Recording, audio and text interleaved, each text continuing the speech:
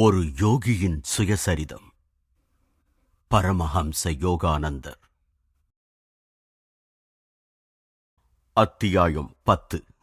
நான் என் குரு ஸ்ரீ யுக்தேஸ்வரை சந்திக்கிறேன். கடவுள் நம்பிக்கை எந்த அதிசயத்தையும் ஏற்படுத்தும். ஒன்றைத் தவிர, அது படிக்காமல் தேர்வில் வெற்றி அடைவது.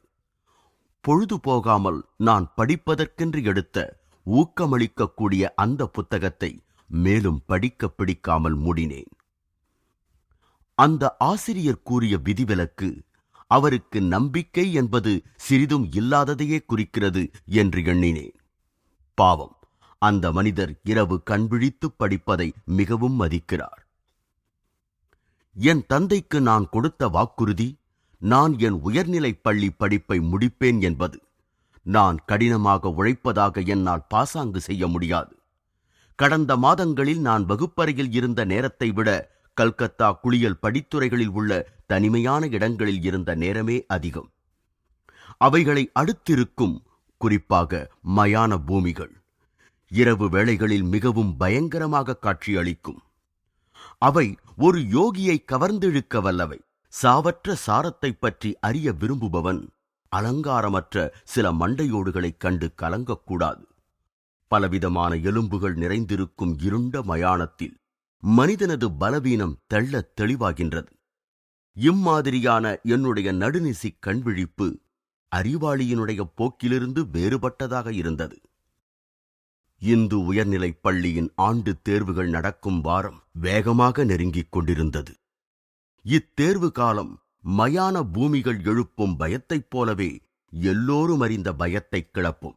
ஆயினும் என் மனம் அமைதியாக இருந்தது. பிசாசுகளைப் பற்றி பயப்படாமல் நான் விரிவுரைக் கூடங்களில் கிடைக்க முடியாத அறிவை தோண்டி எடுத்துக் கொண்டிருந்தேன். ஆனால் சுவாமி பிரணவானந்தரைப் போன்று ஒரே சமயத்தில் இரு இடங்களில் தென்படக்கூடிய கலையை நான் கற்றிருக்கவில்லை. என் வாதம் என்னவெனில், அந்தோ பலருக்கு இது வாதத்திற்கு பொருந்தாததாகப்பட்டாலும் இறைவன் என் குழப்பத்தை கவனித்து அதிலிருந்து என்னை விடுவிப்பான் என்பதாகும். பக்தனின் பகுத்தறிவிற்கு ஒவ்வாத நம்பிக்கை இறைவன் விளக்கம் கூற முடியாத வகையில் துயர் துடைக்க நடத்தி காட்டிய ஆயிரக்கணக்கான அற்புதங்களிலிருந்தே உண்டாகிறது. அட முகுந்தா, இப்பொழுதெல்லாம் நான் உன்னை காண்பதே இல்லையே. என் வகுப்புத் தோழன் ஒருவன் கர்பார் சாலையில் ஒரு நாள் பிற்பகல் என்னை எதிர்கொண்டான். ஓ நந்து, நான் பள்ளிக்கூடம் வராமலே இருந்ததினால் இப்பொழுது அது என்னை ஒரு கட்டாயமான சங்கட நிலையில் கொண்டு வந்து விட்டிருக்கிறது. அவனுடைய நட்பு நிறைந்த பார்வையில் நான் என் மனப்பாரத்தை இறக்கி வைத்தேன். மிகவும் புத்திசாலி மாணவனான நந்து மனம் விட்டு சிரித்தான். என்னுடைய சங்கடமான நிலைமையில் ஒரு நகைச்சுவை இல்லாமல் இல்லை. ஆண்டுத் தேர்வுகளுக்கு நீ கொஞ்சம் கூட உன்னை தயார் செய்து கொள்ளவில்லை. உனக்கு உதவி செய்யும் பொறுப்பு என்னுடையதுதான் போலும் என்றான் அவன். இந்த எளிய சொற்கள் தெய்வீக வாக்குறுதியாக என் செவிகளில் ஒலித்தன. நான் ஊக்கத்துடன் என் நண்பனின் வீட்டிற்குச் சென்றேன். ஆசிரியர்கள் கேட்கக்கூடும் என்று அவனாக நினைத்த பல கேள்விகளுக்கு அவன் அன்புடன் விடைகளைக் கூறினான். இந்த கேள்விகள் நம்பி வந்த பல பையன்களை தேர்வு வலையில் சிக்க வைக்கும் தூண்டில்கள். என் விடைகளை நினைவு வைத்துக் கொண்டால் நீ எந்த சிரமமுமின்றி தப்பிவிடலாம். நான் வீட்டிற்கு திரும்பும் பொழுது இரவு வெகுநேரமாகிவிட்டிருந்தது. பக்குவப்படாத அறிவால் நிரம்ப பெற்ற நான் வரவிருக்கும் முக்கியமான சில நாட்கள் வரை என்னுடன் இவ்வறிவு தங்க வேண்டுமென்று பக்தியுடன் பிரார்த்தித்தேன். நந்து எனக்கு பல பாடங்களை சொல்லிக் கொடுத்தான். ஆனால் நேரமின்மை காரணமாக என் சமஸ்கிருத பாடங்களை மறந்துவிட்டான். நான் தீவிரமாக இந்த தவறுதலை கடவுளுக்கு நினைவூட்டினேன். நான் மறுநாள் காலை எனக்கு புதிதாக கிடைத்த பாட அறிவை என் நடையின் காலடி ஓசைக்கேற்றபடி அசை போட்டவாறு சென்று கொண்டிருந்தேன். நான் குறுக்கு வழியாக களைச்செடிகள் உள்ள ஒரு மூலையை கடந்து செல்லும் பொழுது தனித்தனியாக கிடந்த அச்சடித்த சில தாள்களின் மேல் என் பார்வை விழுந்தது. ஒரு வெற்றிகரமான தாவல். என் கையில் சமஸ்கிருத செய்யுட்கள் அடங்கிய தாள். நான் ஒரு சமஸ்கிருத பண்டிதரை தேடி விளங்கிக் கொள்ள தடுமாறும் எனக்கு உதவி செய்யும்படி வேண்டினேன். அவருடைய கணீரென்ற குரல் பழமையான அம்மொழியின் எல்லையற்ற தேன் இனிமையால் காற்றை நிறைத்தது. இந்த தனிச்சிறப்பு வாய்ந்த பாக்கள் உன் சமஸ்கிருத தேர்வுக்கு உதவ மாட்டா. அப்பண்டிதர் அவநம்பிக்கையுடன் அவற்றை விலக்கிவிட்டார். ஆனால் அந்த குறிப்பிட்ட கவிதையை நான் படித்து அறிந்ததால்தான் மறுநாள் நடந்த சமஸ்கிருத தேர்வில் என்னால் தேர முடிந்தது. நந்து கொடுத்த சிறப்பான உதவியினால் நான் மற்ற தேர்வுகளிலும் தேறுவதற்கு தேவையான குறைந்த அளவு மதிப்பெண்களை பெற்றுவிட்டேன். நான் உயர்நிலைப் பள்ளி படிப்பை முடிக்கிறேன் என்ற என் வாக்குறுதியை நிறைவேற்றியது பற்றி என் தந்தைக்கு மிக்க மகிழ்ச்சி. நான் நந்து வீட்டிற்குச் சென்றதிலும், குப்பைக்கூளம் நிறைந்த வழக்கமற்ற பாதை வழியாக நடந்து சென்றதிலும் இறைவனின் முழுமையான வழிகாட்டுதலை நான் உணர்ந்து என்னுடைய நன்றியை அவனுக்கு செலுத்தினேன்.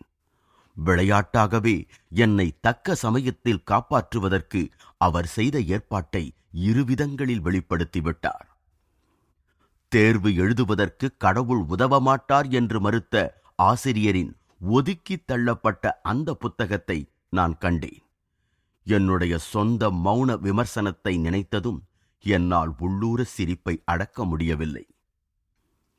உயர்நிலைப் பள்ளி தேர்வில் தேறி சான்றிதழ் பெறுவதற்கு பிணங்களுக்கிடையில் செய்யும் தெய்வீக தியானம் ஒரு குறுக்கு வழி என்று அந்த ஆசிரியரிடம் நான் எடுத்துரைத்தால் அது அவருடைய குழப்பத்தை அதிகப்படுத்தவே செய்யும்.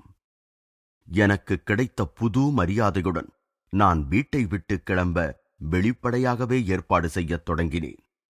என் இளமைக்கால நண்பனான ஜிதேந்திர மசூம்தாருடன் நான் காசியிலுள்ள ஸ்ரீ பாரத் தர்ம மகாமண்டல் என்ற ஆசிரமத்தில் சேர்ந்து அதனுடைய ஆன்மீக பயிற்சி பெறுவதென்று தீர்மானித்தேன். என் குடும்பத்திலிருந்து பிரிந்திருக்க வேண்டுமே என்ற ஓர் ஆற்றாமை எனக்கு ஒரு நாள் ஏற்பட்டது. என் அன்னையின் மறைவிற்குப் பிறகு என் பாசம் குறிப்பாக சனந்தா, விஷ்ணு என்ற இரு தம்பிகளிடமும் என் கடைசி தங்கை தாமுவிடமும் மிகுந்திருந்தது. கொந்தளிப்பான என் சாதனையில் எத்தனையோ காட்சிகளைக் கண்ட என் புகலிடமான சிறு அறைக்கு விரைந்தேன். 2 மணி நேரம் கண்ணீருடன் மன்றாடிய பிறகு ஏதோ ரசவாத வித்தையால் வியக்கத்தக்க முறையில் தூய்மைப்படுத்தப்பட்டது போல் நான் மாறிவிட்டதை உணர்ந்தேன். எல்லா பாசங்களும் மறைந்தன. நண்பர்களுக்கெல்லாம் நண்பனான கடவுளைத் தேடும் என் தீர்மானம் வைரத்தைப் போல் உறுதிப்பட்டது. நான் என் தந்தையின் ஆசிகளை வேண்டி அவர் முன் நின்றபோது அவர் மிகவும் துயருற்றார். நான் கடைசியாக உன்னை வேண்டுகிறேன். என்னையும் வருந்தும் உன் சகோதர சகோதரிகளையும் கைவிடாதே. மதிப்பிற்குரிய தந்தையே, தங்களிடம் எனக்குள்ள அன்பை நான் எப்படி சொல்லுவேன்? ஆனால் இவ்வுலகில் எனக்கு ஓர் அருமையான தந்தையை அருளிய அத்தெய்வ தந்தையிடம் என் அன்பு இன்னும் அதிகம். என்னை போக விடுங்கள். என்றாவது ஒரு நாள் இறைவனை இன்னும் நன்றாக அறிந்த பிறகு நான் திரும்புகிறேன். தந்தையின் தயக்கத்துடன் கூடிய அனுமதியுடன் எனக்கு முன்னே ஏற்கனவே காசிக்கு சென்று அங்கு ஆசிரமத்தில் தங்கியுள்ள ஜிதேந்திராவுடன் சேர்ந்து கொள்வதற்கு கிளம்பினேன். அங்கு சென்றதும் இளம் தலைமை சுவாமி தயானந்தர் என்னை அன்புடன் வரவேற்றார். மெலிந்து உயரமாக ஆழ்ந்த சிந்தனை உடையவராக தோன்றிய அவரை எனக்கு பிடித்திருந்தது. அவருடைய அழகிய முகம் புத்தரின் முகம் போன்று சாந்தமான இயல்புடன் விளங்கியது. என்னுடைய புதிய வீட்டின் மேல் மாடியில் ஒரு தனியான சிறு அறை இருந்ததைக் கண்டு எனக்கு மகிழ்ச்சி உண்டாயிற்று. அங்கு வைகறை நேரங்களையும் காலை நேரங்களையும் என்னால் கழிக்க முடிந்தது. அந்த ஆசிரம அங்கத்தினர்கள் தியான சாதனைகளைப் பற்றி எதுவுமே அறியாததால் நான் என் முழு நேரத்தையும் ஆசிரம நிர்வாக வேலைகளில் செலவிட வேண்டுமென்று நினைத்தார்கள். பிற்பகல் வேளைகளில் நான் அவர்களது அலுவலக வேலைகளில் ஈடுபட்டதை அவர்கள் புகழ்ந்தார்கள். இறைவனை அவ்வளவு சீக்கிரமாக பிடிக்க முயல வேண்டாம். இந்த கேலி பேச்சு ஒரு நாள் முன்னதாகவே நான் என் அறையை நோக்கி சென்று கொண்டிருந்த பொழுது அங்கு என்னுடன் வசிக்கும் ஒருவனிடமிருந்து வெளிப்பட்டது. கங்கை நதியை நோக்கி அமைந்த தனது சிறிய அறையில் ஏதோ வேலையாயிருந்த தயானந்தரிடம் சென்றேன். சுவாமிஜி, இங்கு நான் என்ன செய்ய வேண்டுமென்று எனக்கு புரியவில்லை. நான் இறைவனை நேரிலேயே சந்திக்க விரும்புகிறேன். அவன் இல்லாமல் எந்த சங்கத்தின் தொடர்பாலும் மத கோட்பாடுகளாலும் அல்லது உயர்ந்த சேவைகளாலும் என்னால் திருப்தி அடைய முடியாது. காவி உடை அணிந்த அந்த சாது என்னை அன்புடன் தட்டிக் கொடுத்தார். பக்கத்திலிருந்த சீடர்கள் சிலரை கண்டிப்பது போன்ற பாவனையில், முகுந்தனை தொந்தரவு செய்யாதீர்கள், நமது வழிகளை அவன் கற்றுக்கொள்வான் என்று எச்சரித்தார். நான் மரியாதையுடன் என் சந்தேகத்தை அடக்கிக் கொண்டேன். இவர் கண்டித்த மாணவர்கள் அதற்காக பெரிதும் வருத்தப்பட்டதாக தெரியவில்லை. அவர்கள் அறையை விட்டு அகன்றதும் தயானந்தர் என்னிடம் மேலும் பேசினார். முகுந்தா, உன் தந்தை வழக்கமாக உனக்கு பணம் அனுப்பி கொண்டிருப்பதைக் காண்கிறேன். இங்கு உனக்கு பணம் வேண்டியதில்லை. தயவு செய்து அதை திருப்பி அனுப்பிவிடு. உன்னுடைய ஒழுங்குமுறைக்கு இன்னொரு விதி உன் ஆகாரத்தை பற்றியது. உனக்கு பசியாயிருந்தால் கூட அதை பற்றி பேசாதே. பட்டினி என் கண்களில் பளிச்சிட்டதோ என்னவோ எனக்கு தெரியாது. பசி என்பது எனக்கு நன்றாகவே தெரிந்தது. ஆசிரமத்தில் முதல் ஆகாரத்தின் நேரம் எந்த மாற்றமும் இல்லாமல் பகல் 12 மணிதான். நான் என் வீட்டில் 9 மணிக்கு முழு காலை ஆகாரம் சாப்பிட்டு பழகியிருந்தேன். அந்த 3 மணி நேர இடைவெளி தினமும் முடிவில்லாது நீண்டு கொண்டே போயிற்று. 10 நிமிட நேரம் தாமதமானால் கூட சமையற்காரரை கண்டிக்கும் கல்கத்தா ஆண்டுகள் சென்று மறைந்து விட்டன. இப்பொழுதெல்லாம் நான் என் பசியை கட்டுப்படுத்த முயன்று கொண்டிருந்தேன். நான் ஓர் 24 மணி நேர உண்ணா நோன்பை முடித்திருந்தேன். அதனால் 2 மடங்கு ஆவலுடன் மறுநாள் மதிய உணவை எதிர்பார்த்திருந்தேன். தயானந்தரின் ரயில் வண்டி தாமதமாக வருகிறதாம். அவர் வரும் வரையில் நமக்கு சாப்பாடு கிடையாது. ஜிதேந்திரா இந்த திகிலை தரும் செய்தியை கொண்டு வந்தான். 2 வாரங்கள் வெளியூர் சென்றிருந்த சுவாமியை வரவேற்கும் முறையில் பல சுவையான பண்டங்கள் தயாரிக்கப்பட்டிருந்தன. பசியை தூண்டும் சமையலின் நறுமணம் எங்கும் கமழ்ந்தது. எதுவும் கிடைக்காத பொழுது முதல் நாள் பட்டினி கிடந்ததால் ஆன என் கர்வத்தை அல்லாமல் நான் வேறு எதை விழுங்குவது? கடவுளே, வண்டியை துரிதப்படுத்துங்கள். தயானந்தர் எந்த தடையை கூறி என்னை மௌனமாக்கினாரோ அத்தடையை படியளக்கும் இறைவன் பொருட்படுத்த மாட்டானோ என்று நினைத்தேன். இறைவனின் கவனம் வேறு எங்கோ இருந்தது. நிதானமாக சென்ற கடிகாரம் நேரங்களை கடத்தியது. எங்கள் தலைவர் உள்ளே நுழையும் போது இருட்டத் தொடங்கியிருந்தது. நான் ஒரே மகிழ்ச்சியுடன் அவரை வரவேற்றேன். தயானந்தர் நீராடி தியானம் செய்த பிறகுதான் நமக்கு உணவு கிடைக்கும். ஜிதேந்திரா மறுபடியும் ஓர் அபசகுண பறவை போல் இந்த செய்தியை கொண்டு வந்தான். நான் விழுந்துவிடும் நிலையில் இருந்தேன். பட்டினி இருந்து பழக்கப்படாத என் இளம் வயிறு தீவிரமாக துளைத்தெடுத்தது. நான் பார்த்த பட்டினிக்கு பலியானவர்களின் படங்கள் ஆவி உருவம் போல் என் முன் தோன்றியது. காசியில் பட்டினியால் ஏற்படக்கூடிய அடுத்த சாவு இப்பொழுதே இந்த ஆசிரமத்தில் ஏற்படப் போகிறது என்று நான் எண்ணினேன். வரவிருந்த ஆபத்து சுமார் 9 மணிக்கு தவிர்க்கப்பட்டது. அமிர்தமான அழைப்புகள். என் நினைவில் அந்த இரவின் உணவு வாழ்வின் முழுமையான நேரங்களில் ஒன்றாக தெளிவாக இருந்தது. உணவில் தீவிரமாக லயித்திருந்தாலும் தயானந்தர் அவர்கள் எங்கோ நினைவாக ஆகாரம் உண்டது என் கண்களுக்கு தப்பவில்லை.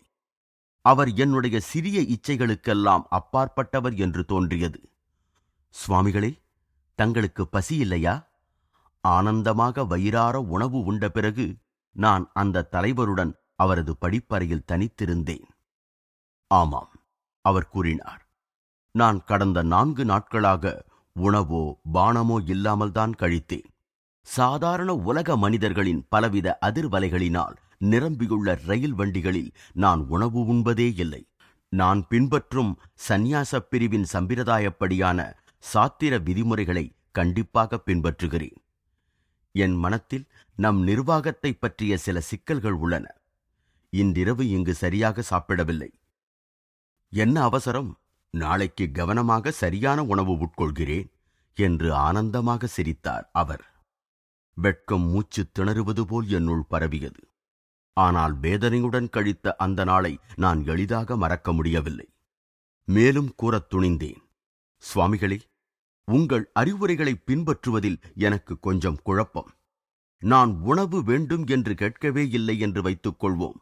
யாரும் எனக்கு உணவு கொடுக்கவில்லையெனில் நான் பசியால் இறந்து விடுவேன். அப்படியானால் இறந்து விடு. இந்த திகில் தரும் புத்திமதி காற்றை கிழித்துக் கொண்டு வந்தது. இறந்துதான் ஆக வேண்டுமெனில் இறந்து போ முகுந்தா. கடவுளின் அருளால் அல்லாமல் உணவின் சக்தியினால் உயிர் வாழ்வதாக என்றுமே எண்ணாதே. அவன்தான் எல்லாவிதமான உணவுகளையும் படைத்துள்ளான். அவனே பசியையும் கொடுத்து அவனுடைய பக்தன் அவசியம் பராமரிக்கப்படுவதையும் காண்கிறான். அன்னம்தான் உன்னை காப்பாற்றுகிறது என்றோ, பணமோ அல்லது மனிதர்களோ உன்னை பராமரிக்கின்றனர் என்றோ எண்ணாதே. ஆண்டவன் உன் உயிர் மூச்சை அகற்றிவிட்டால் அவை உனக்கு உதவ முடியுமா? அவை கடவுளின் கருவிகள் மட்டுமே. உன் வயிற்றில் உன் எந்த திறமையினாலாவது உணவு செரிக்கிறதா? முகுந்தா, உன் விவேகம் என்ற வாளை பயன்படுத்து. வெளிக்கருவிகளின் சங்கிலிகளை அறுத்து உள்ளே உள்ள ஒரே காரணத்தைக் காண். அவருடைய கூரான சொற்கள் எலும்புகளையும் ஊடுருவி ஆழ்ந்து பதிந்ததைக் கண்டேன். உடல் சம்பந்தப்பட்ட முக்கிய தேவைகளின் பொருட்டு ஆத்மாவை அலட்சியம் செய்யும் பழமையான மாயத்திரை விலகியது. அந்த நிமிடத்திலேயே அங்கேயே ஆத்மாவின் சுய தேவையை பூர்த்தி செய்து கொள்ளக்கூடிய திறமையை அறிந்தேன்.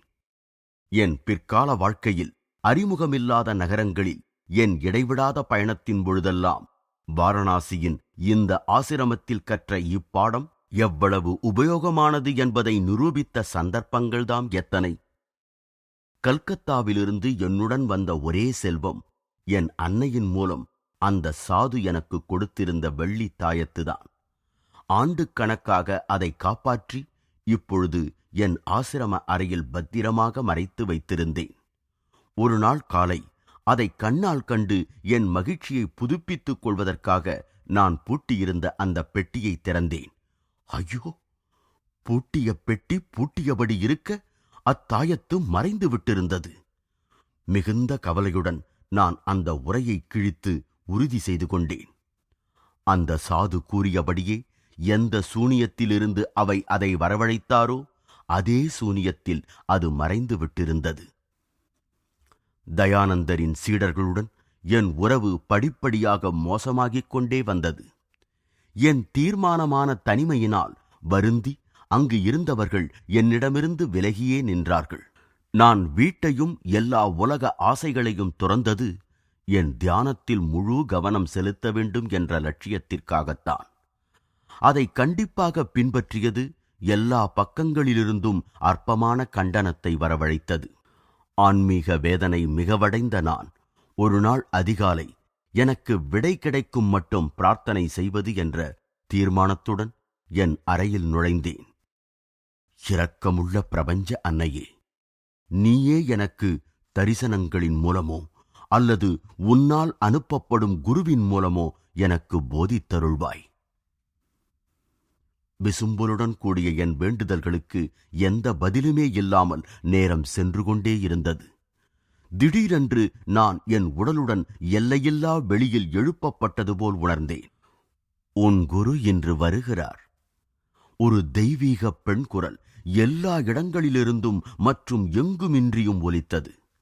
அந்த தெய்வீக அனுபவம் குறிப்பிட்ட ஓர் இடத்தில் இருந்து வந்த கூப்பாடு காரணமாக சிதறியது. ஹாபு என்ற மறுபெயருடைய ஒரு இளம் புரோகிதன் என்னை கீழே இருந்த சமையலறையிலிருந்து கூப்பிட்டுக் கொண்டிருந்தான். முகுந்தா, தியானம் செய்தது போதும், உனக்கு ஒரு வேலை இருக்கிறது. இன்னொரு நாளாக இருந்தால் நான் பொறுமையிழந்து பதிலளித்திருப்பேன். இப்பொழுது கண்ணீரால் வீங்கிய என் முகத்தை துடைத்துக் கொண்டு பணிவாக அந்த அழைப்பிற்கு கீழ்வடிந்தேன். வாரணாசியில் தொலைவில் இருந்த வங்காளப் பகுதி கடைத்தெருவிற்கு நானும் ஹாபுவும் ஒன்றாக கிளம்பினோம். நாங்கள் கடைகளில் சாமான்கள் வாங்கிய பொழுது மென்மையற்ற இந்திய கதிரவன் உச்சிக்கு வந்திருக்கவில்லை. நாங்கள் வண்ண வண்ண ஆடைகள் அணிந்த குடும்பப் பெண்கள், வழிகாட்டிகள், புரோகிதர்கள், எளிமையான ஆடை அணிந்த விதவைகள், கௌரவமான பிராமணர்கள், எங்கும் திரியும் கோயில் காளைகள் ஆகிய கூட்டத்தினூடே முட்டி மோதிச் சென்றோம். நானும் ஹாபுவும் சென்று கொண்டிருந்த பொழுது ஒரு குறுகிய ஒதுக்குப்புறமான சந்தை பார்வையிடும் நோக்கில் என் தலையை திருப்பினேன். அந்த சந்தின் கோடியில் துறவிகளின் காவியுடை அணிந்த தெய்வத்தன்மை பொருந்திய மனிதர் ஒருவர் அசையாமல் நின்று கொண்டிருந்தார். உடனே அவர் எனக்கு வெகு நாட்களாக பழக்கம் ஆனவர் போல் தோன்றினார். ஒரு வினாடி என் பார்வை ஆர்வத்துடன் நின்றது. பிறகு என்னை சந்தேகம் பீடித்தது. திரிந்தலையும் இந்த துறவியை யாரோ உனக்கு தெரிந்தவராக நினைத்து குழம்புகிறாய். வெறும் கனவு காண்பவனே, நட என்று என் மனம் கூறியது. 10 நிமிடங்களுக்குப் பிறகு என் பாதங்களில் மரத்துப் போனது போல் ஒரு பாரமான உணர்ச்சி ஏற்பட்டது. ஏதோ கல்லாக ஆனது போல் என்னை மேலும் சுமக்க அவை சக்தியற்றவையாகிவிட்டன. மிகுந்த சிரமத்துடன் நான் திரும்பினேன். என் கால்கள் சாதாரண நிலைக்கு வந்தன. நான் எதிர்ப்பக்கம் திரும்பினேன். மறுபடி அந்த வினோத சுமை என்னை அழுத்திற்று. அந்த யோகி காந்த சக்தியால் என்னை அவரிடம் இழுக்கிறார். இந்த எண்ணத்துடன் என் கையிலிருந்த சாமான்களை ஹாபுவின் கைகளில் குவித்தேன். சற்று நேரமாக என் விசித்திரமான கால் அசைவுகளை கவனித்து வந்த அவனுக்கு சிரிப்பு தாங்க முடியவில்லை. என்ன ஆயிற்று உனக்கு? பைத்தியமா என்ன? கொந்தளிக்கும் என் உணர்ச்சி நான் திரும்ப பதிலளிப்பதை தடுத்தது. நான் பேசாமல் வேகமாக அங்கிருந்து நடந்தேன். ஏதோ காற்றினால் உந்தப்பட்டது போல் நான் திரும்பி நடந்து அந்த குறுகிய சந்தை அடைந்தேன். துரிதமான என் பார்வை அந்த அமைதியான உருவம் தீர்க்கமாக என் திசையையே நோக்கிக் கொண்டிருப்பதைக் கண்டது. ஆவலுடன் சில அடி தூரம் நடந்ததும் நான் அவர் திருவடிகளை அடைந்தேன். குருதேவா, நான் 1000 தரிசனங்களில் கண்ட தெய்வீக முகம். இந்த சாந்த கண்கள், சிங்கத்தைப் போன்ற தலை, கூரான தாடி, புரளும் குழற்கற்றைகள், இவை அடிக்கடி இரவு வேளையில் நான் வேதனையுடன் தியானம் செய்யும் பொழுது என்னால் முழுவதும் புரிந்து கொள்ளப்படாத ஒரு வாக்குறுதியுடன் தோன்றியதைக் கண்டிருக்கிறேன். ஓ, எனக்கே உரியவனே, நீ என்னிடம் வந்துவிட்டாய். என் குரு இந்த வாக்கியத்தை வங்காளியில் ஆனந்தத்தினால் நடுங்கிய குரலுடன் திரும்ப திரும்ப கூறினார். உனக்காக எத்தனை ஆண்டுகளாக காத்திருக்கிறேன். நாங்கள் ஒன்றிய மௌனத்தில் நிலையானோம். சொற்கள் வெறும் மேற்பூச்சாக தோன்றின. குருவின் இதயத்திலிருந்து சீடனை நோக்கி நிசப்த கீதமாக தடங்கலின்றி கருத்துக்கள் பாய்ந்தன. எடுத்துக் கூற முடியாத ஓர் உள்ளுணர்வின் மூலம் என் குரு இறைவனைக் கண்டவர் என்றும் என்னையும் இறைவனிடம் அழைத்துச் செல்வார் என்றும் நான் உணர்ந்து கொண்டேன். இப்பிறப்பின் மங்கிய நினைவுகள் மறைந்து முந்தைய பிறவியின் நினைவுகள் மென்மையாக உதயம் ஆயின. காலத்தின் கோலம்தான் என்னே.